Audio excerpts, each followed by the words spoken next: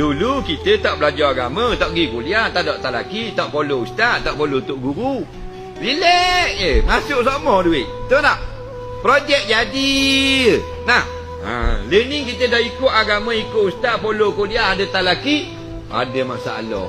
Duit tak dapat pula, projek orang kerak kita gini. Itulah tanda Tuhan suka gemung. Orang yang Tuhan paling sayang sekali ialah umat ke Nabi dia? Nabi. Oleh kerana Nabi paling Tuhan kasih, maka hadis berbunyi paling yang banyak Tuhan susahkan dia dengan bala Nabi-Nabinya. Bila kita semua jadi pula ke, bahaya ni. Nak buat kedai laku, buat ni laku, buat ni laku, buat ni laku, buat ni maju. Pakak pun derah naik, kereta pun makin banyak, 14 buah lah ni. Rumah pun banyak dah. Bahaya tu. Takut istidraj. Itulah kata ulama-ulama sufi, kalau tak ada bala, tak ada sakit, dia menengung, takut pada Allah. Guana ni sihat, tak demam ni. Guana ni tak ada rasa cedera apa ni. Bimbang, takut Allah benci. Bila Allah benci, Allah bagi senang. Tu bimbang. Rabi'atul Adawiyah jatuh dari tangkap atas, 2 tekak, gedung. 9 anak jari kaki tercabut, berdarah habis.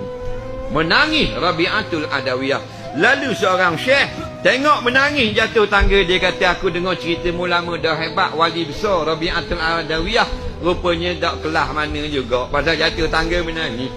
Rabi'atul Adawiyah jawab, aku menangis kerana ada 1 jari lagi tidak berdarah, rugi aku dengan Allah di akhirat nanti. Nampak? Tu ujian dia. Banyak masalah. Dulu biasa lah bayar. Maju negara ni nak bayar rotek kereta pun berat dah ni. Sejak follow ustaz ni.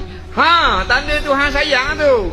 Tuhan nak naik martabat tu, Tuhan uji susah. Faham lagi? Tuhan uji, Tuhan bala. Jadi kalau Tuhan dah uji berat. Kan kita orang beriman. Adakah orang beriman itu senang-senang cakap, kamilah orang beriman, kami orang beriman, beres dah kita, beres orang beriman dah. Sedangkan mereka belum diuji oleh Allah. Sungguh, bila susah ingat Allah. Baca kisah-kisah Nabi. Nabi Zakaria kena belah dengan gaji. Kisah Nabi Soleh, Nabi kita dilepon haji atas muka tengah mayang. Baru kita rasa yang kita susah ini sikit sangat, biar banyak sikit Tuhan. Kalau mu nak aibkan aku di dunia, tutup aib aku di akhirat. Kalau mu nak panaskan aku, panas aku sekarang ini, jangan panas di akhirat. Kalau mu nak kedanakan aku, jadikan aku muflih di sini, jangan muflih di akhirat. Bila kita ingat benda gitu, susah kita sedikit dibandingkan susah orang lain. Apatah lagi susah Nabi-Nabi, Rasul-Rasul yang menyampaikan agama.